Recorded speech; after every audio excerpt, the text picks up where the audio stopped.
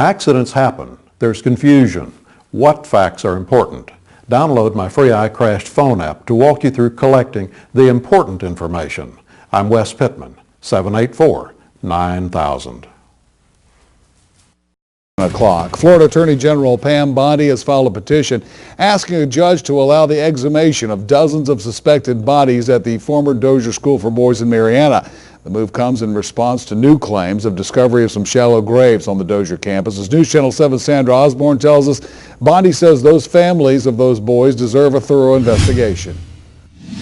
Tuesday, Bondi's office filed a petition on behalf of the 14th Judicial Circuit Medical Examiner, Dr. Michael Hunter. She wants the court to allow Hunter's office to exhume the bodies buried in shallow graves in an area known as Boot Hill Cemetery on the Dozier campus. We don't know how many young men were buried there. They were buried in shallow, unmarked graves. Former students claim the Dozier staff abused and even killed boys at Dozier from the time it opened in the early 1900s up until the early 1960s. Hopefully we'll obtain a court order where the medical examiner will be able to perform autopsies on these bodies. The Florida Department of Law Enforcement investigated those claims several years ago and said they were unfounded, but a University of South Florida archaeologist searched the site last summer and claims to have found more bodies. It's so important to these families.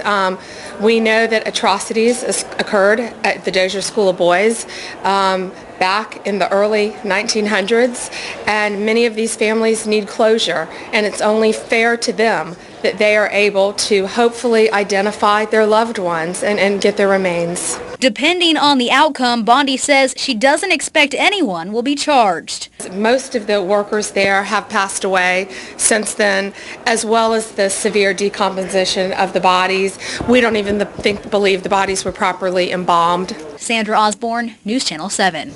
Provided a judge grants a request, 14th Judicial Circuit Medical Examiner Dr. Michael Hunter would perform those autopsies. Bondi says she hopes the exhumation will begin within the next 3 months before the rainy summer season keeps workers from locating some of the bodies. The Department of Juvenile Justice closed Dozier School for Boys last year because of budget cuts.